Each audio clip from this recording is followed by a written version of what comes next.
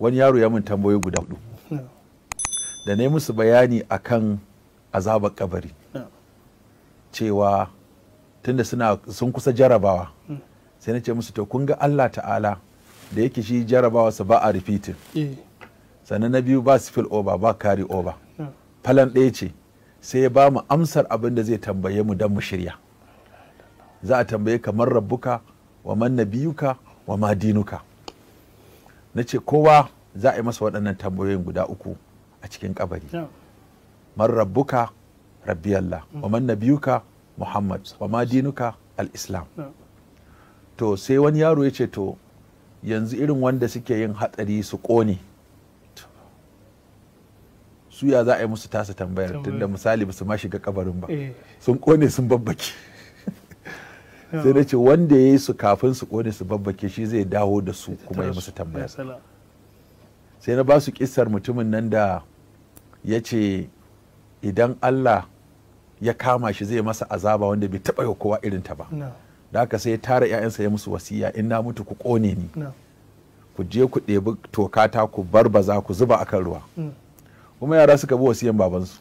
Kaga babansu na farko ya yi imani, na biyu ya yadda akwai lahira, na 3 ya yadda akwai hisabi, na 4 ya yadda mummuna yayi, na 5 kuma ya san za a tashi.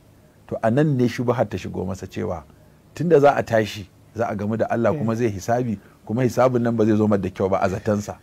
Da haka sai yake ga idan ya yi wannan dabarar ya kone kansa ya sheke tokar ba zai dawo ba.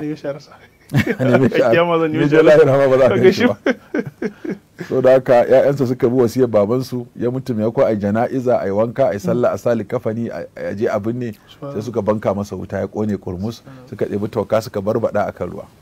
Sai Allah ta'ala ya ce haɗu ka tashi, kun fa yakun. So da haka ya tashi, Allah ya ce to me yasa kai haka? Ce wallahi tsoron ka nake ji Allah, na maka kaza na maka kaza, ka ce ai ban ba, ka hana ban hannu ba, shine nake tsoron in muka haɗu za ka yi min azabar da baka taɓa wani irin ta. Allah ce to je kana haife ma. To kaga yanzu wannan mutum musulmi ba zai wannan ba, so da shi ma jahilci ne yasa yayi. Nace to kun ga wannan ya ma gudu ne, ya zama to kai ya gudu, amma sai Allah ta'ala ya dawo da shi ya wato yi masa abin nan. To a cikin bayani na ce musu Allah ya yi aljanu daga wuta. So ni yaro daga hannu ya ce malam to su tunda daga wuta aka yi su kuma an sa su a wuta za su kone. Na ce za su kone. Na ce a yanzu misali kai ba daga ƙasa aka yi ka ba. Na ce amma yanzu ka taɓa jikinka za ka ga jini ya fito, a cewa asalinka kaza ne, ba shi ke nufin wannan abin ko ba zai. Na ce wuta ma tana kona wuta, wata wutar ta fi wuta. Na ce to kaga yanzu asalin madda su wuta ce, amma Allah ta'ala zai sa musu yadda za su ji zafin wuta, saboda ba wuta ce yanzu ake ganin tana ci a jikinsu ba, daga dai wuta aka ɗebo aka kera su. Kamar yadda mu ma yanzu ka taɓa mu ba ƙasa za ka ji tana zuba ba, amma kuma asalin maddan mu ƙasa ce, kuma ƙasa na iya cin jikin ɗan adam, kuma ƙasa tana iya cin jikin ɗan adam ya kuma a sake kera shi. Min ha khalaqnakum wa fiha nu'idukum wa minha nukhrijukum ukhra. Nace kuma kaga ai ɗan adam abubuwa da yawa su zame masa tashi hankali.